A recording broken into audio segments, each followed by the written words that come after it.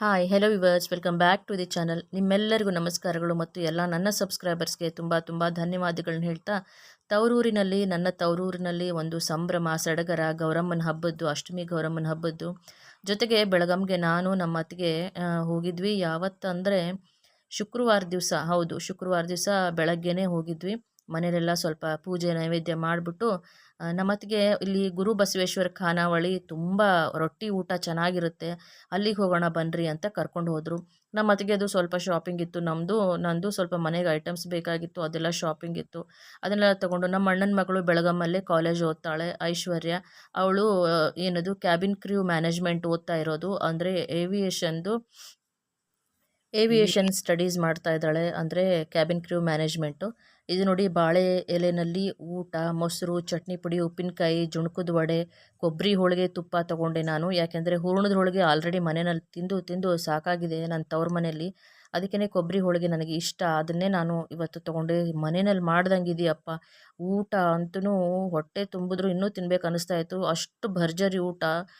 Taste ಅಂತೂ ಅತ್ಯದ್ಭುತ, ಕೈ ರುಚಿ ಅಂತಾರಲ್ಲ, ಮನೆಯಲ್ಲಿ ಮಾಡಿರೋ ದೊಡ್ಡವ್ರ ಕೈ ರುಚಿ ಇರುತ್ತೆ ನೋಡಿ, ಅಷ್ಟೇ ಒಂದು ಇದು ಆಗಿತ್ತು. ಸೇಮ್ ಅದೇ ಥರ ಇತ್ತು. ಒಂಥರ ಕಮರ್ಷಿಯಲ್ ಇರಲಿಲ್ಲ, ರುಚಿ ಇತ್ತು ಊಟದಲ್ಲಿ, ತುಂಬ ರುಚಿ ಇತ್ತು. ಅದು ಯಾವ ಥರ ಹೇಗೆ ಮಾಡಿದಾರೋ, ಯಾವ ಭಟ್ರು ಮಾಡಿದಾರೋ, ಅದು ಯಾವ ಒಂದು ಮಸಾಲೆಗಳ್ನ ಬಳಸ್ತಾರೋ ಏನು ಅಂತ ಗೊತ್ತಿಲ್ಲ.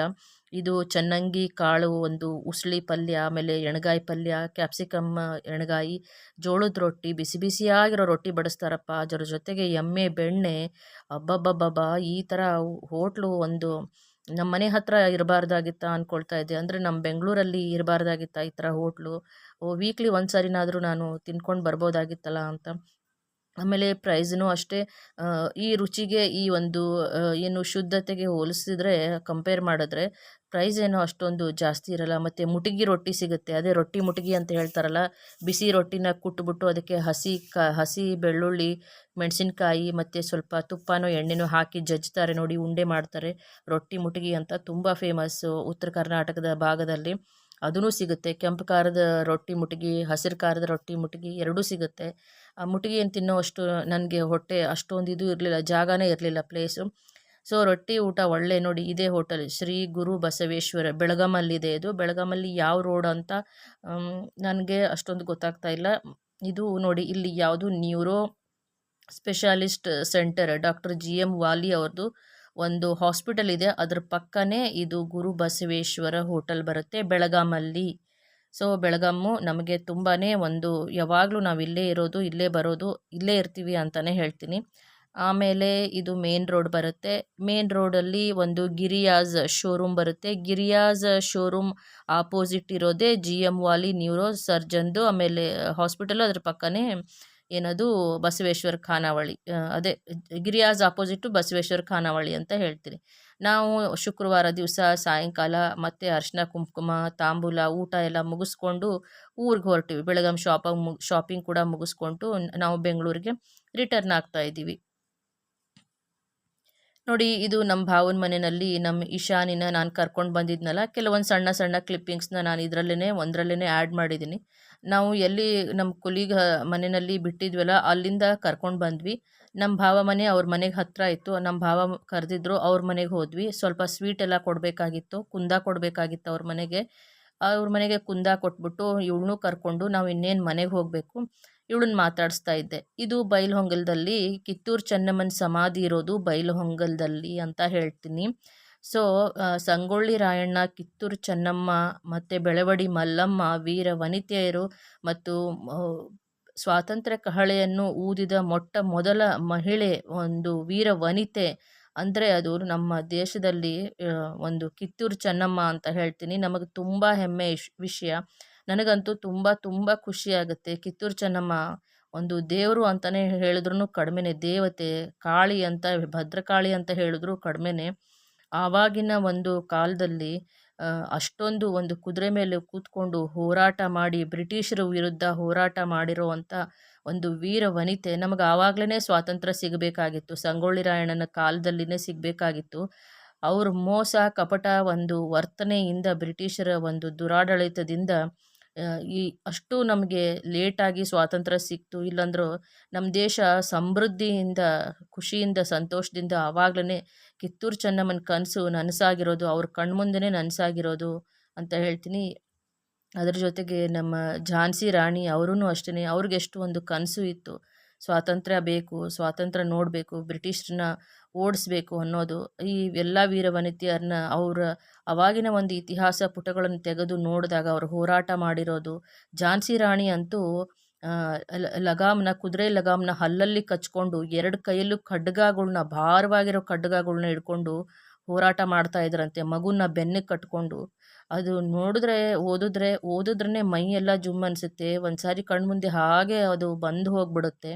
ಹೇಗಪ್ಪ ಅಷ್ಟೊಂದು ಒಂದು ಅವ್ರಿಗೆ ಇದು ಒಂದು ಧೈರ್ಯ, ಶಕ್ತಿ ಇರೋಕ್ಕೆ ಸಾಧ್ಯ? 2 ಕೈಲೂ ಖಡ್ಗ ಹಿಡ್ಕೊಂಡು ಹೋರಾಟ ಮಾಡಿರೋ ಮಹಿಳೆ, ವೀರ ವನಿತೆ ಅಂದರೆ ಝಾನ್ಸಿ ರಾಣಿ ಲಕ್ಷ್ಮೀಬಾಯಿ ಅಂತ ಹೇಳ್ತೀನಿ. ಇದು ನನ್ನ ತವರು ಮನೆ, ತವರೂರು ಬೈಲಹೊಂಗಲ. ಒಂದು ನೋಡಿ ಈ ಥರ ಇದೆ, ನಿಮ್ಮ ಜೊತೆ ನಾನು ಶೇರ್ ಮಾಡ್ಕೊಂಡು ಹೋಗ್ತಾ ಇದ್ದೀನಿ. ನಮ್ಮೂರು ಏನು ಅಂಥ ಹಳ್ಳಿ ಏನೂ ಅಲ್ಲ, ಅಂಥ ಏನು ಬೆಂಗಳೂರು ಥರ ದೊಡ್ಡ ಸಿಟಿ ಏನೂ ಅಲ್ಲ. ಸಾಕು, ಇಷ್ಟು ಚೆನ್ನಾಗಿದೆ, ತುಂಬ ಚೆನ್ನಾಗಿದೆ. ನಾವು ಓದಿರೋದು, ನಾವು ಬೆಳೆದಿರೋದು ಒಂದು ಜಾಗ. ಅದು ಅಲ್ಲದೆ ನಮಗೆ ತುಂಬ ಹೆಮ್ಮೆ ಇರೋದು ನಮ್ಮ ಸಂಗೊಳ್ಳಿ ರಾಯಣ್ಣ, ಕಿತ್ತೂರು ಚೆನ್ನಮ್ಮನ ಸಮಾಧಿ ಇಲ್ಲೇ ಇದೆ. ಕಿತ್ತೂರು ನಮ್ಮ ಊರಿಗೆ ತುಂಬ ಹತ್ತಿರ, ಪಕ್ಕ ಇದೆ. ಬೆಳಗಾಂ ಕೂಡ ನಮಗೆ ತುಂಬ ಪಕ್ಕದಲ್ಲೇ ಇದೆ. ಗೋವಾ ಕೂಡ ನಮಗೇನೋ ತುಂಬ ದೂರ ಆಗಲ್ಲ. ಗೋವಾ ಏನೋ 3 ಅವರ್ಸ್ ಆಗುತ್ತೆ ಅಷ್ಟೇ, ಜಾಸ್ತಿ ದೂರ ಏನಿಲ್ಲ. 3 ಅವರ್ ನಮ್ಮ ಊರಿಂದ, ನನ್ನ ತವರೂರಿಂದ 3 ಅವರ್ ಗೋವಾಗೆ ಹೋಗ್ಬೋದು. 45 ಕಿಲೋಮೀಟರ್ಸು ಬೆಳಗಾಂ ಆಗುತ್ತೆ. ಸೊ ಹಾಗಾಗಿನೇ ನಮಗೆ ಎಲ್ಲ ಒಂದು ಅನುಕೂಲ ವ್ಯವಸ್ಥೆ ಇದೆ ಈ ಊರಲ್ಲಿ. ಮತ್ತು ಎಲ್ಲ ಪ್ರತಿಯೊಂದು ಬೇಳೆ, ಕಾಳು, ತರಕಾರಿ ಇಲ್ಲಿ ಆದಷ್ಟು ಅಷ್ಟೊಂದು ಜಾಸ್ತಿ ಕಾಸ್ಟ್ಲಿ ಎಲ್ಲ ಇರಲ್ಲ. ಲೈಫ್ ಸ್ಟೈಲು ತುಂಬ ಒಂದು ಬಜೆಟ್ನ ದಾಟಿ ಆ ಥರ ಇರಲ್ಲ. ಒಂದು ನೆಮ್ಮದಿ, ಸುಖ, ಶಾಂತಿ ಆ ಥರ ಇರುತ್ತೆ ಅಂತ ಹೇಳ್ತೀನಿ. ಎಲ್ಲನೂ ಕೊಂಡ್ಕೊಳ್ಳೇಬೇಕು ಅನ್ನೋವಷ್ಟಿರಲ್ಲ ಇಲ್ಲಿ. ಹಾಗೆ ಈಗ ಬಾಳೆ ಗಿಡ ಮತ್ತು ಬಾಳೆ ತೋಟ ಇರೋರು ಏನಾದರೂ ಹಬ್ಬ ಇದ್ದರೆ ಬಾಳೆ ಎಲೆಗಳ್ನ ಕೊಡ್ತಾರೆ.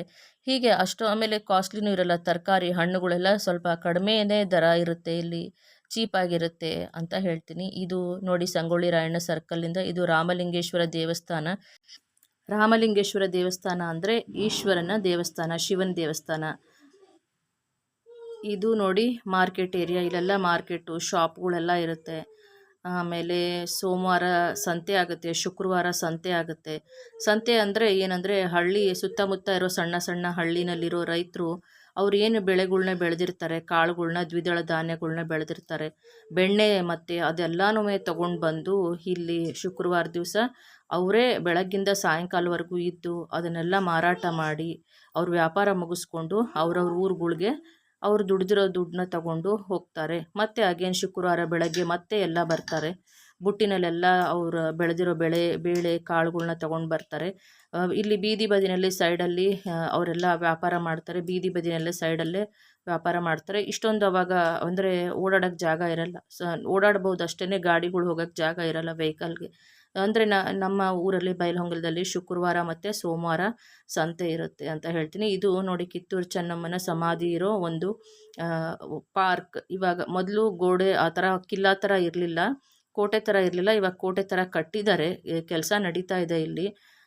ನೋಡಿ ಮೊದಲು ಇದು ಇರಲಿಲ್ಲ. ಕಿತ್ತೂರು ಚೆನ್ನಮ್ಮ ಅವ್ರಿಗೆ ಮಂಟಪ ಈ ಥರ ಇರಲಿಲ್ಲ, ಹಳೆಯ ಮಂಟಪ ಇತ್ತು. ತುಂಬ ವರ್ಷಾನುಗಟ್ಲೆ ಅದು ಇಂಪ್ರೂವೇ ಆಗಿರಲಿಲ್ಲ. ಕಿತ್ತೂರು ಚೆನ್ನಮ್ಮನ ಸಮಾಧಿ ಏನೇನು ಯಾರೂ ಇಂಪ್ರೂವ್ ಮಾಡಿರಲಿಲ್ಲ. ನನಗೆ ಬುದ್ಧಿ ಬಂದಾಗಿಂದ ಯಾವ ಥರ ಮಂಟಪ ನೋಡ್ತಾ ಇದ್ದಾನೋ, ಸಮಾಧಿ ಮಂಟಪ ಅದೇ ಮಂಟಪನೇ ಇತ್ತು. ಇವಾಗ ಚೇಂಜ್ ಆಗಿದೆ ನೋಡಿ, ತುಂಬಾ ಖುಷಿ ಆಯಿತು. ಚೆನ್ನಮ್ಮನ ಹತ್ರ ಯಾರೂ ಹೋಗಬಾರ್ದು ಅಂತ ಒಂದು ಪ್ರೊಟೆಕ್ಟ್ ಮಾಡಿ ಇಟ್ಟಿದ್ದಾರೆ, ಗ್ಲಾಸ್ ಹಾಕಿದ್ದಾರೆ. ದೂರದಿಂದ ಬೇಕು ಅಂದರೆ ವಿಡಿಯೋ ಫೋಟೋ ಮಾಡ್ಕೊಳ್ಬೋದು. ಮಳೆ ಗಾಳಿಗೆ ಏನೂ ಆಗಬಾರ್ದು ಅನ್ನೋ ಒಂದು ಗೌರವ, ಅವ್ರಿಗೆ ಒಂದು ಪ್ರೀತಿ ಗೌರವವನ್ನು ಕೊಟ್ಟಿದ್ದಾರೆ. ಈ ಕೆಲಸ ಮಾಡಿದವ್ರಿಗೆ ಕೂಡ ತುಂಬ ತುಂಬ ಧನ್ಯವಾದಗಳನ್ನ ಹೇಳೋಕ್ಕೆ ನಾನು ಖುಷಿ ಪಡ್ತೀನಿ. ಈ ಕಾರ್ಯಗತಿ ಇನ್ನೂ ಸ್ಪೀಡಾಗಿ ಆಗಬೇಕು, ಈ ಪಾರ್ಕ್ ಇನ್ನೂ ಚೆನ್ನಾಗಾಗಬೇಕು. ಯಾಕೆಂದರೆ ಯಾರೇ ಬೈಲಹೊಂಗಲಕ್ಕೆ ಮಿನಿಸ್ಟ್ರುಗಳು ಬಂದರೂ ಫಸ್ಟ್ ಬರೋದೇ ಕಿತ್ತೂರು ಚೆನ್ನಮ್ಮ ಅವ್ರಿಗೆ ಒಂದು ಗೌರವ ಕೊಡೋದಕ್ಕೆ ಇಲ್ಲಿ ಬರ್ತಾರೆ. ಇಲ್ಲೇ ಭಾಷಣಗಳೆಲ್ಲ ನಡೆಯುತ್ತೆ.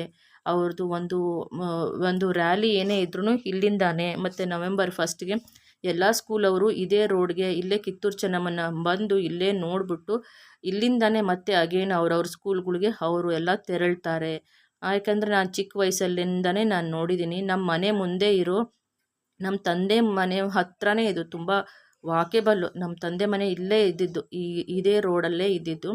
ರೈಟ್ ಹ್ಯಾಂಡ್ ಸೈಡು ನಮ್ಮ ತಂದೆ ಮನೆ ಇತ್ತು. ಇವಾಗ ಅದಿಲ್ಲ, ನಾವು ಸೇಲ್ ಮಾಡಿಬಿಟ್ಟಿದ್ದೀವಿ. ನಾವು ಬೇರೆ ಕಡೆ, ನಮ್ಮ ಅಣ್ಣ ಎಲ್ಲ ಬೇರೆ ಕಡೆ ಶಿಫ್ಟ್ ಆಗಿದ್ದಾರೆ. ಸೊ ನಾವು ಚಿಕ್ಕವರಿದ್ದಾಗೆಲ್ಲ ಈ ಪಾರ್ಕ್ ಅಂದರೆ ನಮಗೆ ಮನೆ ಹತ್ರನೇ ಅಲ್ವಾ, ಬೆಳಗ್ಗೆ ರಾತ್ರಿ ನಾವು ಇಲ್ಲೇ ಓಡಾಡ್ತಾ ಇದ್ದಿದ್ದು. ಸೊ ಹಾಗಾಗಿನೇ ನಾವು ಕಿತ್ತೂರು ಚೆನ್ನಮ್ಮ ಸಮಾಧಿ ರೋಡ್ ಅಂತಲೇ ನಮ್ಮದು ಒಂದು ಅಡ್ರೆಸ್ಸು, ನಮ್ಮದು ಒಂದು ಪೋಸ್ಟಲ್ ಅಡ್ರೆಸ್ ಕಿತ್ತೂರು ಚೆನ್ನಮ್ಮ ಸಮಾಧಿ ರೋಡ್ ಅಂತಲೇ ಪೋಸ್ಟಲ್ ಅಡ್ರೆಸ್ ಇದ್ದದ್ದು ನಮ್ಮದು ಮನೆಯದು. ಹಾಗಾಗಿನೇ ಇವಾಗ ಇಂಪ್ರೂವ್ ಆಗ್ತಾ ಇದೆ ಕಿತ್ತೂರು ಚೆನ್ನಮ್ಮ ಸಮಾಧಿ ಎಲ್ಲನೂ ಅನ್ನೋದೊಂದು ನಮ್ಗೆ ಖುಷಿ ಇದೆ. ಬೀದಿನೂ ಅಷ್ಟೇ, ಸ್ಟ್ರೀಟ್ ಲೈಟ್ಸು ಅಷ್ಟೇ ತುಂಬ ಇಂಪ್ರೂವ್ ಆಗ್ತಾ ಇದೆ. ಯಾರು ಇದನ್ನು ಒಂದು ಜವಾಬ್ದಾರಿನ ತಗೊಂಡಿದ್ದಾರೆ, ಯಾರು ಮಿನಿಸ್ಟರು ಆಯಿತು, ಶಾಸಕರು ಇದನ್ನು ಇಂಪ್ರೂವ್ ಮಾಡ್ತಾ ಇದ್ದಾರೆ, ಅವ್ರಿಗೆ ನಾನು ತುಂಬ ತುಂಬ ಧನ್ಯವಾದಗಳನ್ನ ಹೇಳೋಕ್ಕೆ ಇಷ್ಟಪಡ್ತೀನಿ. ಯಾಕೆಂದರೆ ನಾವು ಹುಟ್ಟಿ ಬೆಳೆದು ನೋಡಿರೋ ಒಂದು ಕಿತ್ತೂರು ಚೆನ್ನಮ್ಮನ ಸಮಾಧಿ ಅಲ್ವಾ. ಕಿತ್ತೂರು ಚೆನ್ನಮ್ಮ ಅಂದ್ರೇ ಒಂದು ಜಗನ್ಮಾತೆ, ದೇವತೆ.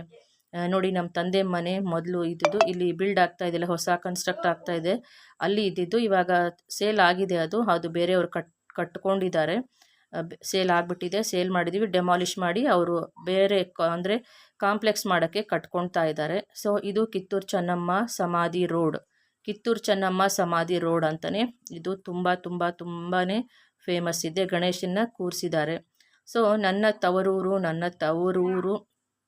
ತವರು ಮನೆ ಮತ್ತು ಇಲ್ಲಿನ ಜನ, ಇಲ್ಲಿನ ಒಂದು ಗಾಳಿ, ಇಲ್ಲಿನ ಒಂದು ನದಿ, ಮಲಪ್ರಭೆ ನದಿ, ಅದನ್ನೇ ನಾನು ನಿಮ್ಮ ಎಲ್ಲರ ಜೊತೆಯಲ್ಲೂ ಪ್ರತಿಯೊಂದನ್ನು ಶೇರ್ ಮಾಡ್ಕೊಂಡಿದ್ದೀನಿ. ಅದು ನನಗೆ ತುಂಬ ಸಂತೋಷ, ಖುಷಿ ವಿಷಯ ಅಂತ ಹೇಳ್ತೀನಿ.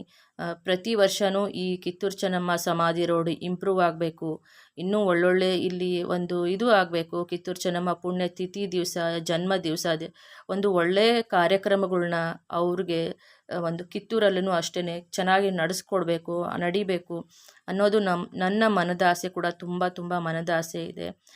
ಯಾವತ್ತೂ ನಾವು ಆ ತಾಯಿನ, ಜಗನ್ಮಾತೆನ ಮರಿಬಾರ್ದು. ಸಂಗೊಳ್ಳಿ ರಾಯಣ್ಣ, ಕಿತ್ತೂರು ಚೆನ್ನಮ್ಮ ಅಂದರೆ ಅವ್ರನ್ನ ಮರಿಲೇಬಾರ್ದು. ನಾವು ಇವತ್ತು ಸುಖವಾಗಿ ನೆಮ್ಮದಿಯಾಗಿ ಇದ್ದೀವಿ, ಊಟ ಮಾಡ್ತಾ ಇದ್ದೀವಿ, ಸ್ವತಂತ್ರವಾಗಿದ್ದೀವಿ ಅಂದರೆ ಅವರು ತ್ಯಾಗ ಮಾಡಿರೋ ಆ ಜೀವನ, ಅವರು ಹೋರಾಡಿರೋ, ಅವರು ಮತ್ತು ಹರಿಸಿರೋ ರಕ್ತ, ಇದೆಲ್ಲನೂ ತುಂಬಾ ಅದಕ್ಕೆ ನಾವು ಒಂದು ಗೌರವ ಕೊಡಬೇಕು.